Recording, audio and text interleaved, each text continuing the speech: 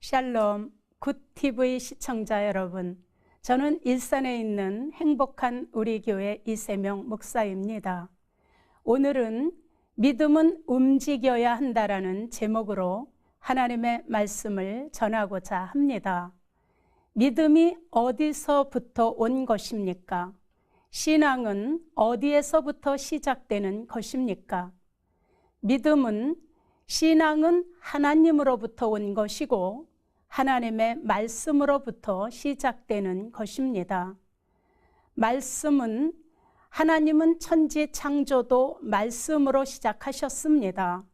그리고 하나님의 말씀은 지금도 살아있는 말씀으로 믿음이 있는 자, 신앙이 있는 자 속에서 역사하고 계십니다. 그래서 하나님께로 온 믿음을 사용할 때 하나님의 이적을 경험하게 되는 것입니다. 그래서 하나님의 말씀에 근거한 믿음을 사용할 때 산이 옮겨지고 귀신이 떠나가는 것입니다. 움직이지 않는, 사용하지 않는 믿음을 성경은 죽은 믿음이라고 말씀하십니다. 움직이는 믿음, 사용하는 믿음, 그 믿음은 현실을 보는 것이 아닙니다. 눈에는 안 보이나 살아계신 전능자 하나님을 믿고 그분을 의탁하라는 것이 믿음입니다. 우리가 믿는 성경 속에는 그 하나님의 약속들로 가득 차 있습니다.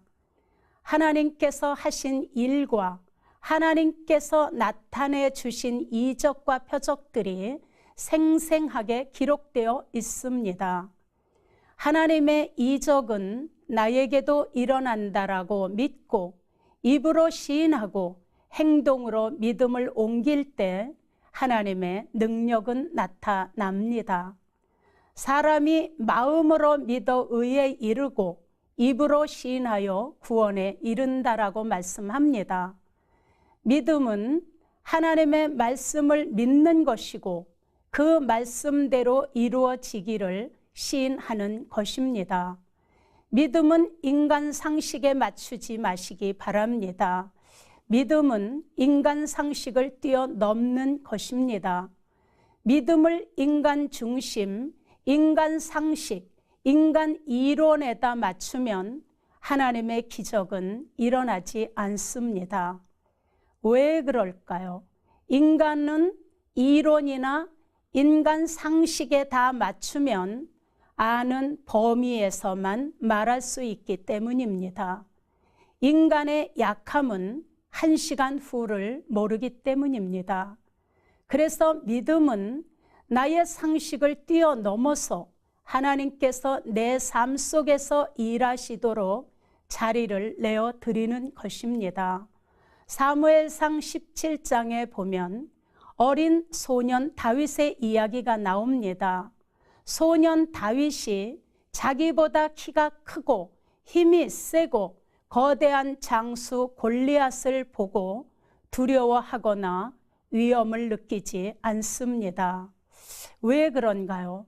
그가 하나님의 믿음, 하나님의 말씀을 가졌기에 골리앗 앞에 당당하게 설 수 있는 것입니다. 소년 다윗은 골리앗을 앞에 놓고 먼저 믿음의 언어부터 사용합니다. 너는 칼과 창과 단검으로 내게 나오거니와 나는 만군의 여호와 하나님의 이름, 이스라엘 군대의 하나님의 이름을 가지고 내게 가노라.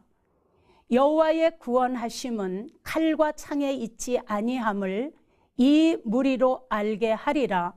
전쟁은 여호와께 속한 것인즉 너희를 우리 손에 붙이시리라. 다윗은 골리앗을 물리치기 전에 믿음의 언어부터 사용합니다. 다윗이 사용한 믿음의 언어와 그의 움직이는 믿음을 보신 하나님께서 다윗이 입으로 시인한 언어대로 골리앗을 다윗의 물맷돌에 붙이셔서 패하게 하셨습니다. 사랑하는 여러분, 인간이 짐승과 다른 점이 무엇일까요? 그것은 인간에게만 언어를 주신 것입니다. 인간에게만 언어를 주신 하나님은 그 언어를 가지고 하나님을 사랑하고 경배하고 교제하도록 하십니다. 인간이 하나님과 언어로 교제할 수 있는 것이 능력이고 축복인 것입니다. 마가복음 11장에도 산을 향해 바다에 던지우라 말하고 의심하지 않으면 그대로 되리라. 문제를 향해 입으로 시인하시기 바랍니다. 나의 문제는 하나님이 맡으셨다라고 믿음의 언어부터 사용하시기를 바랍니다. 요엘 3장 10절에 말씀하고 있습니다. 약한 자는 강하다고 말하라. 우리의 믿음의 언어를 사용해야 합니다. 어떤 언어를 사용하느냐에 따라 미래가 달라질 수 있습니다. 믿음의 언어는 입으로 고백하는 순간부터 영적인 역사가 일어납니다. 믿음의 언어는 믿음의 고백이고 믿음의 행동은 몸에서 나오는 몸의 소리입니다. 영혼의 소리에 의해서 육체가 영향을 받기 때문입니다.